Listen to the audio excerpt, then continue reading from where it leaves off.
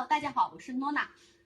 今天主要给大家讲的是摩托车缸头。我们在使用摩托车的过程当中会出现一些问题，那么今天我们主要围绕缸头这个产品来说。那第二个问题就是缸头出现哒哒的声响，该如何检查、判断原因呢？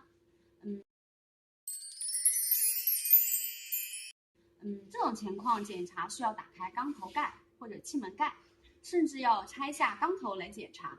如果是缸体活塞有问题，还要拆下缸体。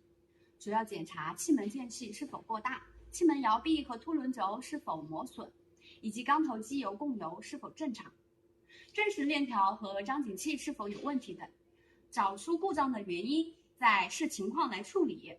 但并不是所有的哒哒声都是有故障的，有一些发动机即使没有故障，也会有一点点哒哒的声音。